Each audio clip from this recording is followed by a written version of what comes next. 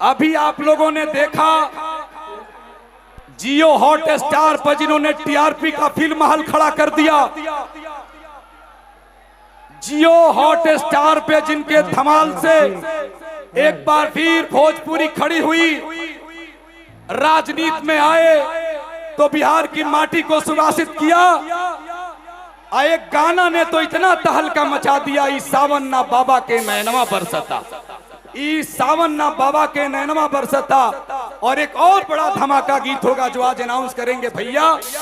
लेकिन आप लोगों ने टीआरपी किंग बनाया, जिन्हें उस शख्सियत को माइक दे रहा हूं। अब कुछ नहीं बोलना, बस भोजपुरी के लाजवाब गायक को माइक देते वक्त कहूंगा, स्वर्ग से पतित सुर सरिता कोशिश थर, थाल पे बिठा लिया मयंक के प्रमाण है, लोक हित में समस्त जगती का विष पिया, भोले दानी तेरी तो महिमा परंपार है। एक विश्वनाथ हैं जो सबके नाथ हैं, और भोजपुरी के विश्वनाथ पवन सिंह।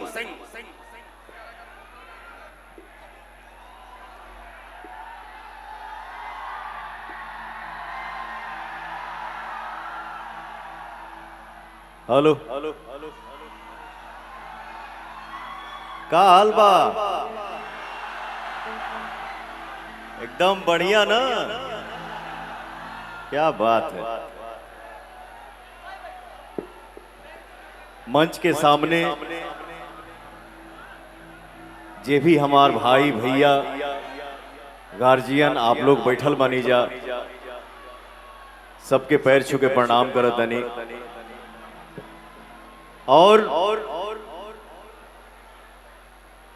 दिल से धन्यवाद देतानी अपने बड़े भैया सुड्डू भैया के और हमार बड़का भैया पूर्व सांसद माननीय श्री धनंजय सिंह जी के, जिकरा वजह से पवनमा के आप सबके बीच में आवे के मौका मिलल। तहे भैया आप लोग हमार भगवान हैं। ये मंच के माध्यम से पवन आप सब भैया चाचा माता बहन के पैर छू के प्रणाम करतनी, एगो ताली बजा के आशीर्वाद दे दीजा।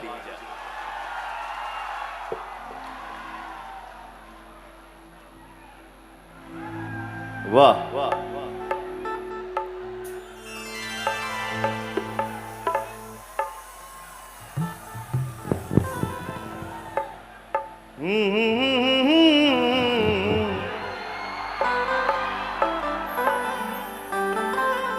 यही तो बात है। दुनिया के किसी भी कोने में पवन खड़ा होता है और एक बार जब ऐसे करता है,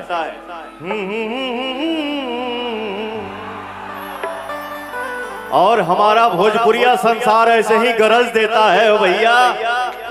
मनवा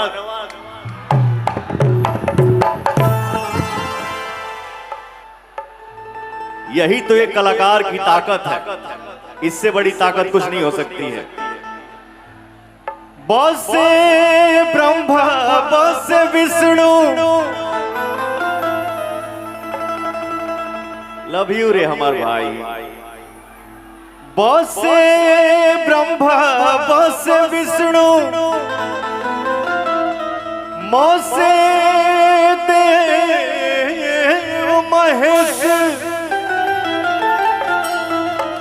बोल बम के सुमिरन से होला,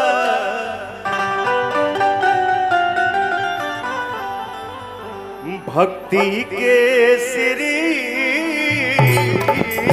गणेश। नमः पार्वती पतये हर हर महादेव।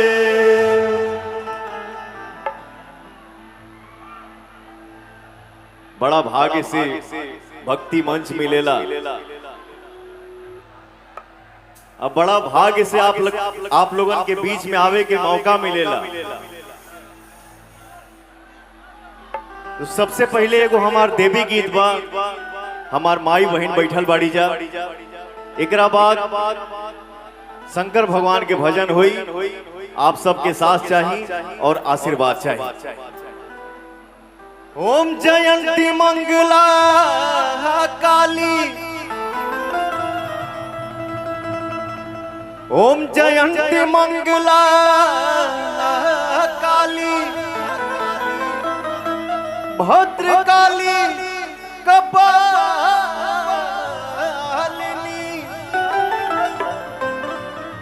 दुर्गे क्षमा शिवा धात्री, स्वाहा स्वधा नमस्ते।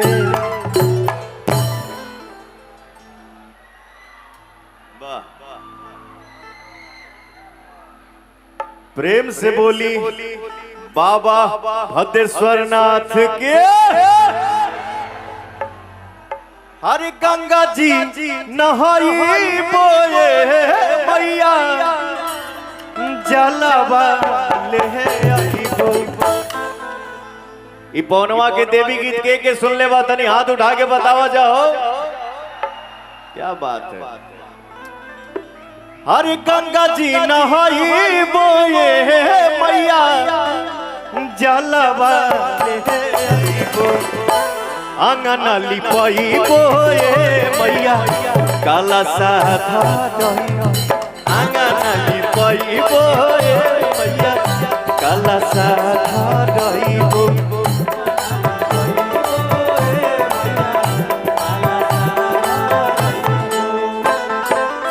गंगा जी नहाई बोए मैया, जलवा ले आईबो।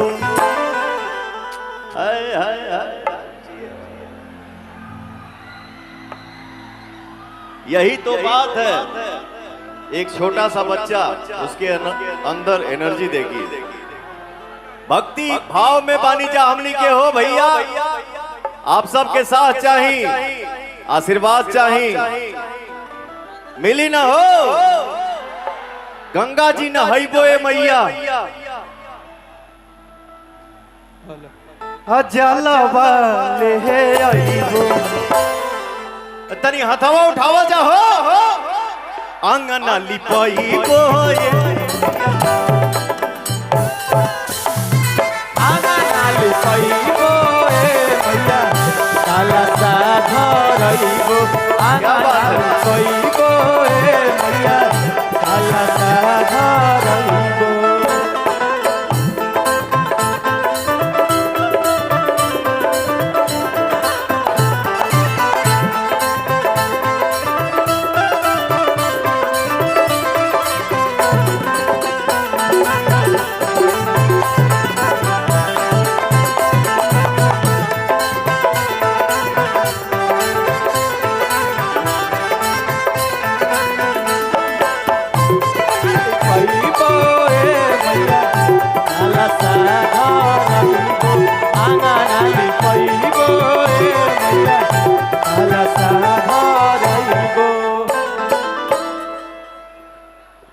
ये मेरा कितना बड़ा सौभाग्य है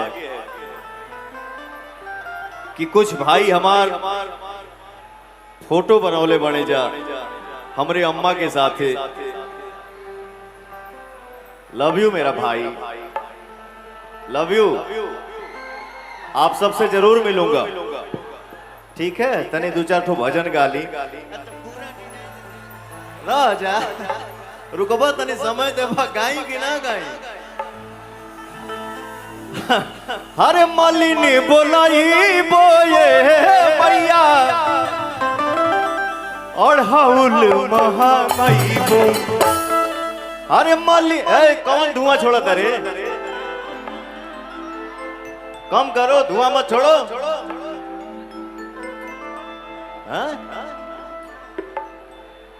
मालिनी का रे, मालिनी बोलाई बोए मैया, अढ़ौल महंगाई बो। ओही अढ़ौला बाए मैया,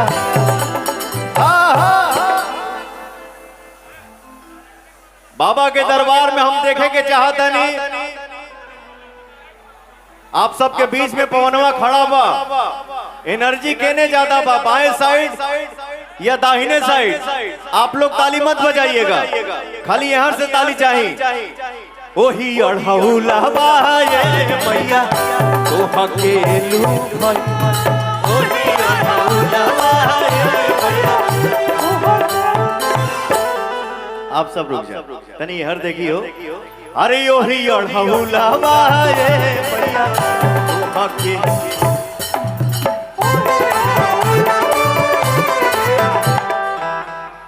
तो भक्ति भाव में भैया चारों तरफ से यही एनर्जी चाहिए, नहीं चारों तरफ से हो ओही अढ़ौला बाय।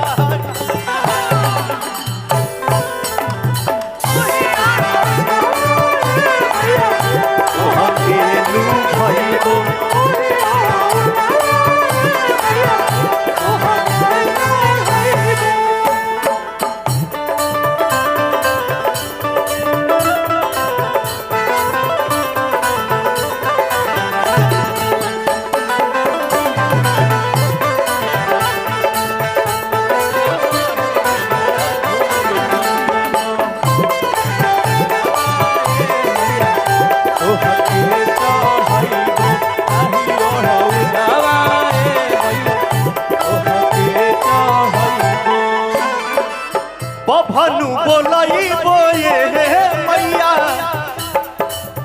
पाठ पढ़ाबो,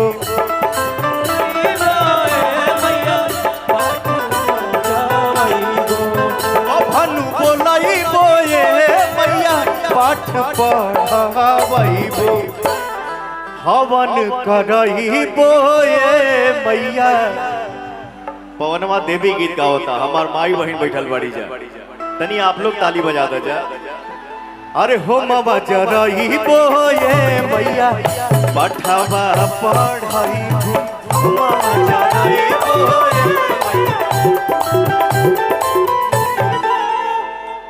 आरामे से आरामे से आराम से आराम से आराम से। आंगन लिपाई बोए मैया। एक भाव बहुत पहले हम गाए थे,